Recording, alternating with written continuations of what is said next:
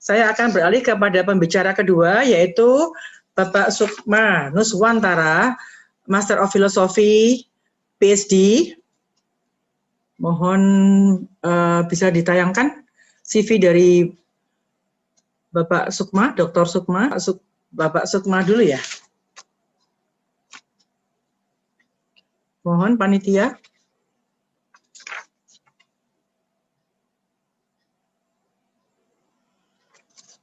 Bapak Sukma Nuswantara, ini beliau yang dulu sebagai former researcher di LIPI dan saat ini sebagai koordinator biotek di Rumah Sakit Santosa Bandung. Nah ini ya, jadi beliau sebagai koordinator biotek di Sandia Biotek Diagnostic Center, Rumah Sakit Santosa Bandung, dan beliau akan memaparkan mengenai apa ini ya? Beliau akan memaparkan mengenai gen target pada analisis PCR COVID-19. Saya persilakan Bapak Sukma, waktu 30 menit. Jadi kalau Dr. Basti secara overall tapi juga mendalam ya. Sedangkan Bapak Sukma Nuswantara ini beliau sangat pengalaman dalam hal molekuler dan tentang gen target pada PCR COVID-19 yang tadi juga telah sekilas disampaikan oleh Dr. Basti. Silakan Dr. Sukma. Terima kasih Prof. Aryati. Apakah sudah bisa ditangkap? Sudah bisa, sudah jelas. Ya. Baik, mohon maaf. Ya, saya akan mulai dengan pembahasan tentang gen target. Kalau tadi Dr. Basti sudah membahas panjang lebar tentang bagaimana PCR itu bisa membantu dalam diagnostik COVID-19. Kemudian banyak juga sekarang supply alat PCR, mungkin dari pemerintah ke berbagai daerah. Kemudian kalau sudah mendapatkan alat PCR, khususnya real-time PCR, kita kemudian akan bertanya, reagentnya apa sih? Nah, kalau sudah reagentnya ketemu, pasti akan pertanyaan selanjutnya adalah targetnya apa. Nah, target ini akan dibahas pada pembahasan kali ini. Silakan next slide. Slide berikutnya. Kita akan melihat dulu bagaimana PCR itu dan apa itu PCR. Mungkin beberapa dari kita sudah pernah mendengar suatu film namanya Jurassic Park ya. Di sana dibahas bagaimana dinosaurus dibangkitkan dengan alat PCR, walaupun itu filmnya fiksi. Tapi sebenarnya secara ilmiah itu betul ya. Sampai saat ini sudah ada 3 generasi, yaitu generasi 1, generasi kedua, dan generasi 3. Tadi juga sudah dibahas oleh Dr. Basti. Yang pertama adalah apa yang disebut PCR konvensional atau PCR standar. Bisa juga disebut endpoint PCR. Ini hanya bisa menganalisis data-data kualitatif dan kuantitatif. Kualitatif dan kuantitatif relatif ya. Nanti akan dijelaskan juga. Generasi kedua adalah real-time PCR yang sekarang banyak sekali dipakai. Dia bisa menganalisis begitu banyak data, termasuk kualitatif, kuantitatif relatif, dan kuantitatif semi-absolut. Kemudian generasi ketiga yang agak jarang adalah digital droplet PCR, di mana alat ini lebih cocok untuk kalangan riset atau pengembang dari pembuatan kit PCR. Jadi kalau ada rekan-rekan yang tertarik mengembangkan kit PCR sendiri, alat ini sangat berguna. Walaupun di Indonesia masih agak jarang. Saya pernah lihat satu alat itu di LIPI Cibinong ya, digital droplet PCR. Dia bisa menghitung satu persatu molekul dijejerin satu persatu sehingga dihitung secara absolut. Nah, kita sebelumnya akan membahas yang generasi kedua, di mana kita banyak pakai sekarang. Sebelumnya saya akan menjelaskan bahwa sebenarnya PCR sudah dikenal dan sebetulnya seluruh makhluk hidup itu merupakan suatu PCR yang canggih, Bapak-Bapak Ibu sekalian. Karena sebenarnya dari 1 sampai 3 triliun sel di tubuh kita itu merupakan PCR yang sangat canggih yang sudah diciptakan oleh Tuhan.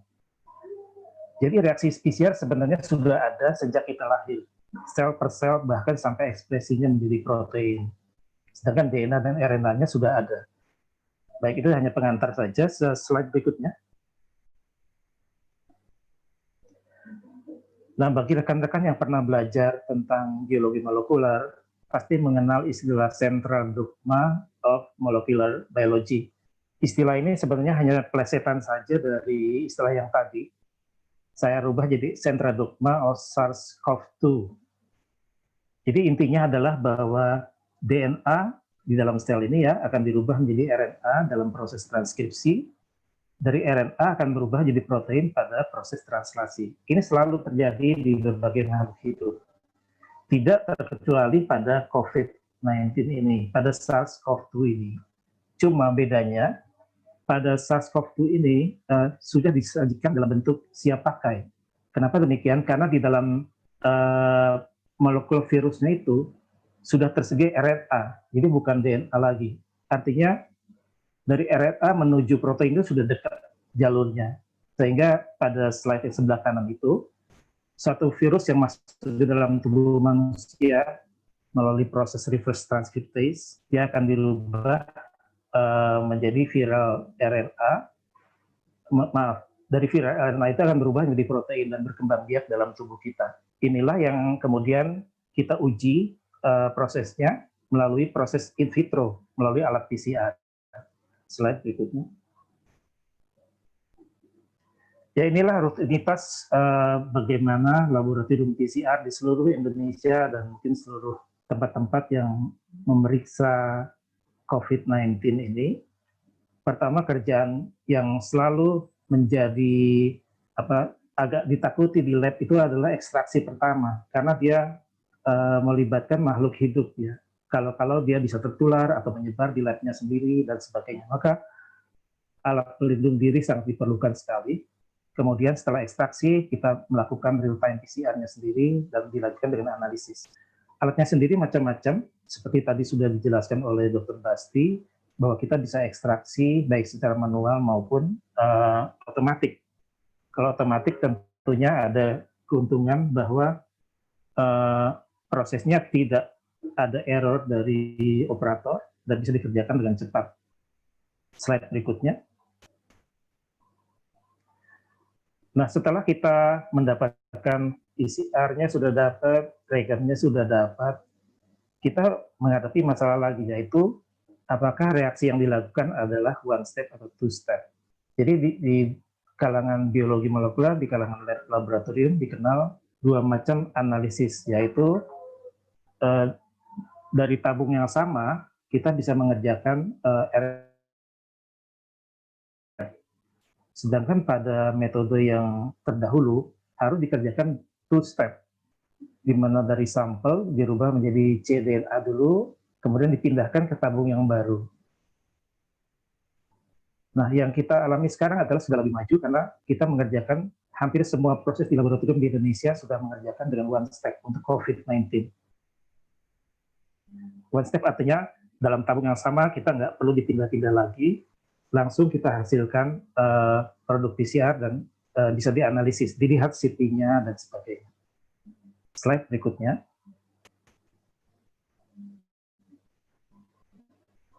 Slide berikutnya, silakan. Kemudian setelah mendapatkan PCR, mendapatkan reagen, dan menentukan berbagai parameter, selanjutnya kita boleh menginclude suatu kontrol. Kontrol itu bisa menganalisis berbagai masalah yang kemudian bisa timbul, seperti apakah reaksinya berjalan dengan baik, dan sebagainya. Kontrolnya banyak sekali disisipkan di dalam kit insert, di dalam kit maksudnya, tergantung dari merek-merek yang kita pakai. Misalnya ada satu kit yang menyisipkan SARS-CoV saja, SARS-CoV-1 ya, ada yang RNA-seq, ada yang EAV, itu jenis virus lain, dan yang paling banyak adalah menyisipkan housekeeping gene. Nah, ini banyak sekali dipakai GAPDH, ubiquitin, beta-aktin, atau tubulin, dan lain-lain. Kemudian ada lagi yang menyisipkan cross-reactivity control, supaya kita mengetahui apakah PCR yang kita kerjakan itu betul-betul dari SARS-CoV-2. Slide berikutnya. Nah, ini adalah yang dulu yang mengambil istilah ini hanya terkunci di ruang kuliah ya, betul-betul istilah teknis yang baru dikenal setelah COVID ini populer.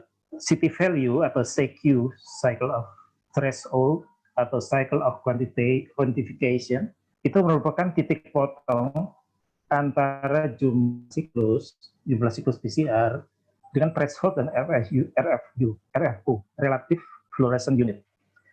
Nah, nilai ini kenapa dipilih? Karena sangat praktis untuk menggambarkan jumlah virus, walaupun tidak langsung ya, dengan cara yang singkat dan ekonomis. Saya sendiri sebetulnya di awal-awal munculnya kasus COVID agak heran, kenapa CT kok dipakai sebagai standar oleh berbagai laboratorium. Padahal selama ini orang-orang biologi molekuler mengenal CT value itu sebagai data yang setengah matang, itu belum data final. Padahal kelebihan dari real-time PCR adalah kuantifikasinya, kuantitatif, sampai jumlah virus. Nah, ini kita pakai di tengah-tengah sebelum proses yang berakhir. CT value sudah diadopsi oleh WHO, CDC, dan berbagai laboratorium seluruh dunia. Mungkin dilihat dari kepraktisannya dan tidak perlu standar kuantitatif sebagaimana halnya real time yang betulan di lab. Nah, kemudian CT value itu sebenarnya bukan skala absolut dan bisa berbeda nilainya dari mesin yang berbeda dan juga mungkin reagen yang berbeda. Tadi Dr. Basti juga sudah menyinggung tentang hal ini. Slide berikutnya.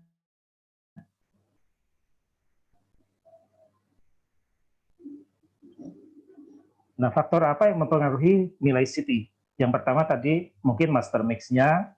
Kalau kita mengencerkan, hati-hati, pH-nya akan berubah. Mungkin konsentrasi garamnya juga akan berubah. Fluoresensinya juga akan dipengaruhi. Kemudian beberapa mesin akan menginclude suatu referensi ROX ya. Jadi dia merupakan rasio antara reporter, biasanya pakai FAM, dan ROX itu bisa berubah. Kemudian efisiensi reaksi, dia tergantung pada jenis primer, di mana spesifitas dan annealing temperature-nya juga terpengaruh. Atau template yang terlalu minim, mungkin ekstraksi RNA-nya juga nggak maksimal. Kualitas enzim transkriptase, kemudian penyimpanannya dan sebagainya, sehingga mengalami degradasi pada sampelnya, apalagi yang sudah mengalami dibekukan dan dicairkan berulang kali. Juga ada efek dari PCR inhibitor. Slide berikutnya. Nah, ini adalah susunan genom dari COV2, maaf, ini COV2 maksudnya.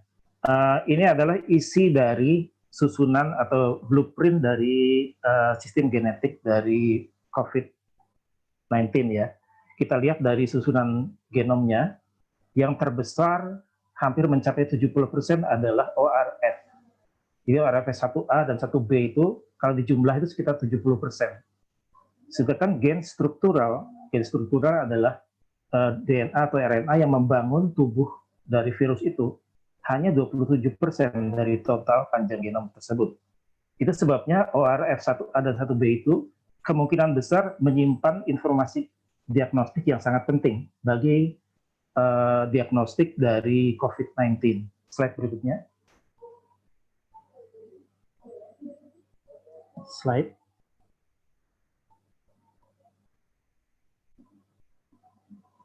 Nah, apa sih sebenarnya peranan dari tiap-tiap gen yang dipakai sebagai marka atau penanda dalam PCR sehari-hari di lab ini? Perlu kita ketahui bahwa di laboratorium itu kita pakai berbagai macam gen yang nanti akan diterangkan. Tapi fungsinya kita perlu tahu dulu, misalkan dari pertama virus masuk itu yang terlibat adalah gen S atau spike. Spike itu adalah bagian dari virus yang mirip seperti bentuk paku, menonjol-nonjol banyak di permukaan virus yang bulat itu ya. Nah, itu dikendalikan oleh gen S. Gen S ini masuk ke dalam tubuh atau host-nya, seperti ini. Kalau pencuri itu masuk rumah kan harus dobrak pintu atau jendela ya. Sebaliknya kalau virus masuk lewat sel itu tidak perlu mendobrak, dia malahan bisa luluh dengan dinding selnya.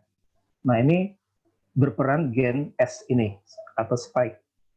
setelah dinding selnya atau protein coatingnya itu luruh, maka dia akan melepaskan isi dari virusnya berupa RNA, ya, biasanya positive sense, ya. Jadi disebutkan positive sense.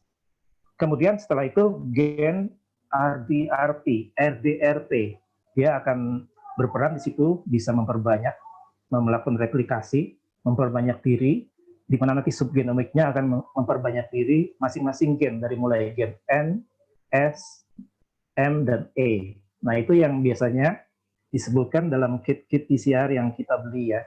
Ada N, S, M, E. Nanti apa itu masing-masing, dalam chart ini kita bisa lihat fungsi masing-masing. Setelah itu, maka machinery dari sel itu akan membentuk virus baru dan keluar dalam jumlah yang lebih banyak. Multiplikasinya begitu banyak, sehingga bisa keluar lagi dan menularkan kepada orang lain. Slide berikutnya.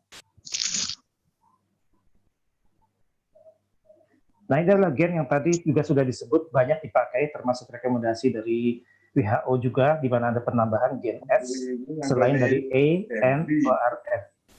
Sapi. Slide berikutnya. 10. Slide, ya. Ini adalah berbagai macam gen target yang dipakai di berbagai negara. Jadi sebetulnya WHO sendiri tidak menganjurkan satu sistem, tapi kita bisa pakai berbagai macam gen target. Misalnya di Cina memakai ORF1A dan B dan N, Institut Pasteur menggunakan 2 target ADRP, CDC 2 target N dan 1 target N lain sebagai konfirmatory, dan seterusnya. Kita bisa baca dari slide ini. Kita lanjut ke slide berikut, agak cepat karena waktunya mungkin sudah mepet. Slide berikut.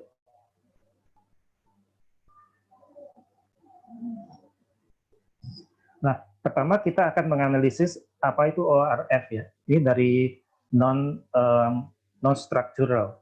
Kita sering dengar ORF. Istilah ini juga dulu banyak dipakai untuk yang mengambil mata kuliah biologi molekuler. Sekarang begitu tersebar istilah ini, padahal dulu dipakai untuk memprediksi suatu protein yang belum dikenal. ORF itu singkatan dari Open Reading Frame.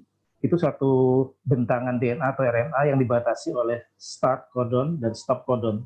Di bawah kita lihat bahwa start itu biasanya ATG, atau pada RNA itu AUG, dan diakhiri dengan stop codon, ada TGA, TAA, dan seterusnya. Slide berikutnya.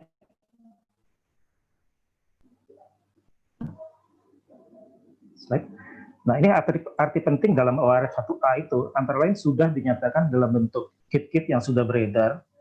Misalnya, dari awal dari ORF itu ada NS1 yang dikembangkan oleh AIT Biotech, itu yang berasal dari NSP2 dan NSP3. Kemudian ada lagi dari berbagai macam produk lain yang menggunakan NSP14, ORF1A, ADRP, helikase. Slide berikutnya. Nah, ini adalah bagaimana NS1 dan NS2 itu berperan dalam diagnostik. Ini mungkin termasuk baru, ya. Kita mulai dari awal dari ORF ini. Di bagian awal ini, NP1 dan NS2 itu merupakan satu gen yang mengawali satu ORF1A. Di sini disebutkan sangat stabil, bahkan cocok buat berbagai masalah mutasi yang sekarang sedang dibahas secara serius. Bagaimana mutasi dalam COVID-19 ini sudah hampir mempengaruhi 80% dari strain-strain Wuhan yang pada awal pandemi itu banyak dibahas. Sekarang sudah banyak sekali mutan-mutan baru yang mungkin bisa lolos dari deteksi. Nah, inilah jawabannya dengan NS1 dan NS2. Slide berikutnya. Slide berikutnya RDRP atau RNA Dependent RNA Polymerase. Jadi ini suatu enzim yang memperbanyak RNA dalam tubuh virusnya sendiri. Slide berikut, agak cepat.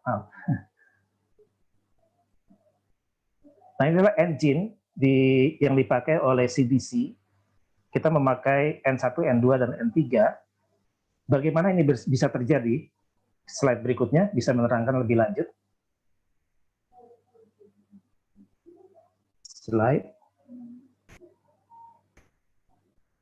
Jadi targetnya adalah N1 dan N2 sebagai reporter, kemudian yang selanjutnya adalah confirmatory, dilakukan oleh N3. Nah, ini penyebabnya adalah pada slide berikutnya akan diterangkan lebih detail.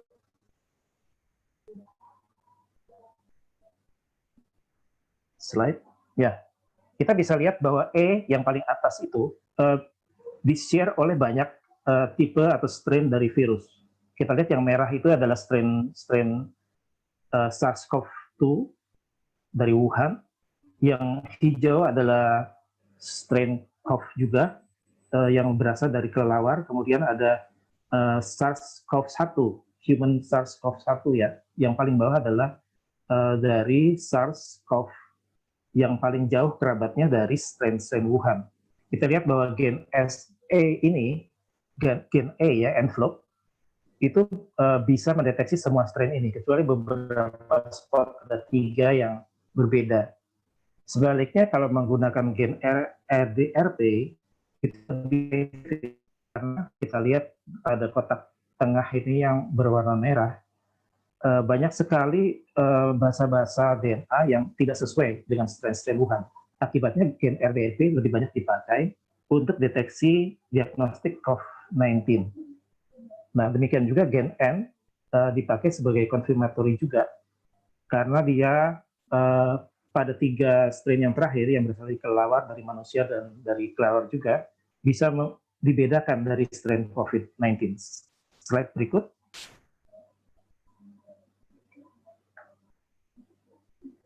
Inilah alur algoritma mengapa trio gen yang paling terkenal ini, E, ADRP, dan N digunakan, dan bagaimana keputusan untuk menganalisis bahwa seseorang positif atau negatif.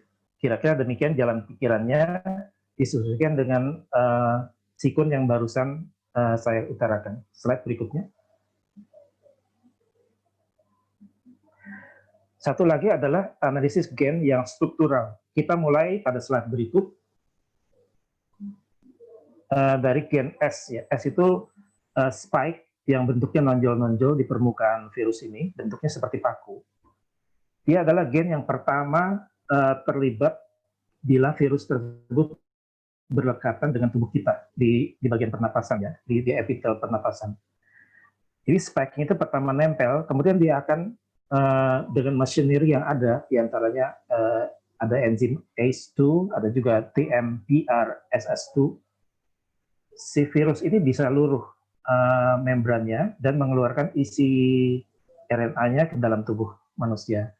Slide berikutnya.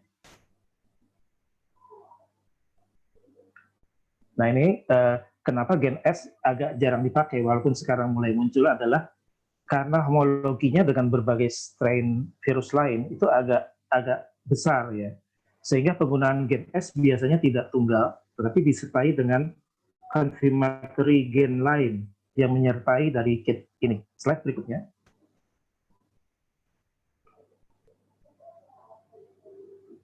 Slide. Ini adalah perbandingan bagaimana semua gen yang dipakai ini bisa mendeterminasi bahwa seseorang positif atau negatif. Kita bandingkan E, ADRP, N dengan ORF gen dan S gen. Kesemuanya hampir sama ya hasilnya. Dengan demikian kita tidak perlu lagi ragu bahwa keseluruhan gen yang beredar saat ini bisa dipakai untuk membedakan mana itu CoV-2 atau virus-virus influenza lain, termasuk ORF1A gen ini, termasuk yang bernilai tinggi, di mana tadi sudah disebutkan bahwa NS1 dan NS2 bisa dipakai untuk meresolusi bahwa itu adalah betul-betul SARS-CoV-2. Slide berikutnya.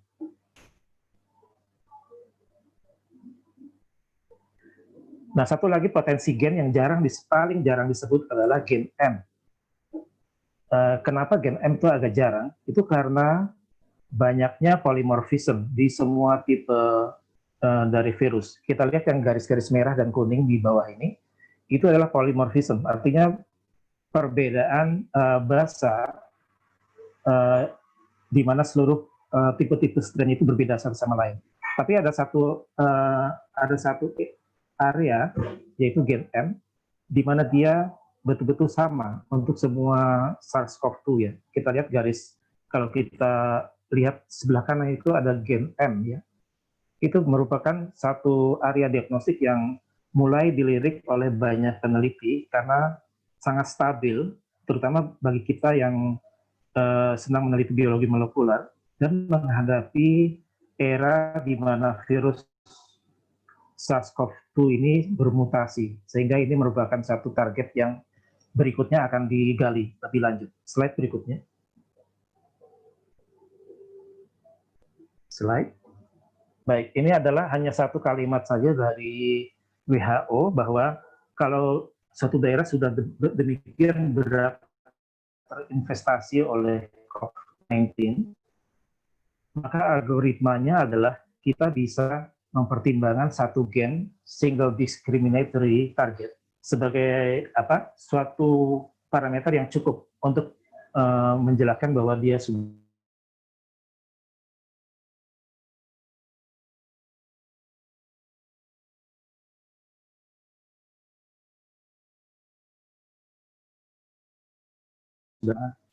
COVID-19. Slide berikutnya. Baik, ini hanya sekedar ringkasan bahwa gen struktural dan non-struktural mempunyai arti penting dalam diagnostik SARS-CoV-2 dan berfungsi sebagai alat screening dan discriminating tool dalam arti PCR. Juga dapat digunakan pada virus yang original atau virus-virus Wuhan maupun yang pasca Wuhan yang sekarang ini kita hadapi. Demikian Bapak-Bapak Ibu sekalian, mudah-mudahan bisa bermanfaat dan menjadi jelas. Saya kembalikan kepada Prof. Aryati. Terima kasih. Terima kasih banyak Pak Sukma ya, Dr. Sukma telah memaparkan dengan sangat-sangat luar biasa. Terima kasih banyak Dr. Sukma Nuswantara. Jadi beliau telah memaparkan mengenai tadi ya di awal sekali kita sudah mendengar lanjutan dari real time PCR ada digital droplet PCR ya. Kemudian tadi awal-awal one step dan two step. Nah, kemudian city value juga telah disinggung sedikit. Namun yang paling penting adalah beliau memaparkan dengan sangat rinci, sangat detail mengenai gen-gen dari gen struktural maupun yang non-struktural.